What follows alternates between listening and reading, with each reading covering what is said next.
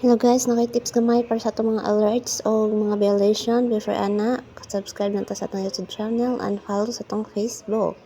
Ana aday karon padulong ta sa Facebook at ta sa kanang help center, support inbox. Di ta sa support inbox guys. Dayan dito sa atong alerts. Dito sa atong alerts. Muna atong alerts violation. Follow lang sa instruction ni Facebook. Click continue.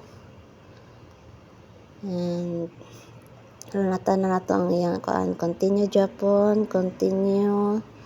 And remove video. Click continue and delete video.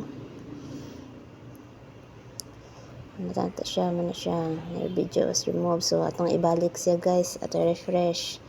Balik to sa support inbox. And your alerts. Nawala na to siya guys.